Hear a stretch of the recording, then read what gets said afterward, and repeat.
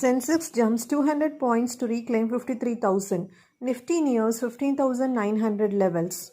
The Sensex jumped over 200 points to reclaim the 53,000 mark, while the broader Nifty 50 jumped over 60 points to trade near the 15,900 mark during intraday trade on Friday. The top gainer was ITC, which surged 3%, followed by ICICI Bank, Axis Bank and Tech Mahindra. Zomato shares traded at 60% premium over its IPO price post its listing. Exports rise 45% to $22.4 billion during July 1 to 21, government data. India's exports increased 45% to $22.4 billion during the first 3 weeks of July, as per the Ministry of Commerce and Industry's provisional data.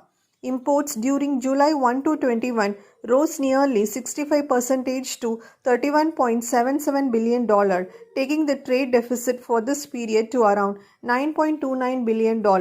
Notably, imports of petroleum, crude oil and their products jumped 77.5% to $1.16 billion. Uber makes $1 billion from Zomato's listing. The market value of Uber's stake in Zomato surged to Rs 9,000 crore as the food delivery platform made its stock market debut on Friday. Notably, Uber has never made any investment in Zomato. In 2020, Uber had sold Uber Eats India business to Zomato, and its nearly 10% shareholding in the company was a result of the deal.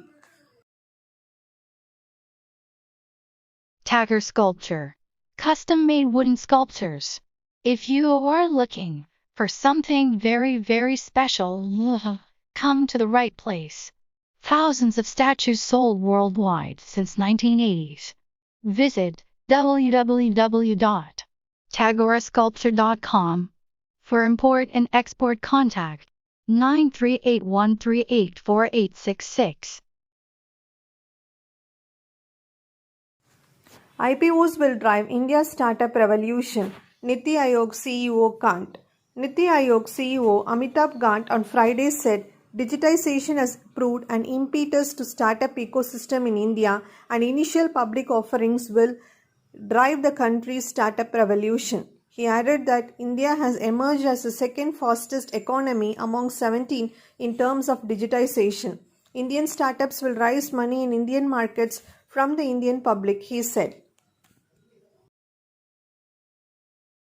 JSW Steel posts record Rs 5,904 crore profit.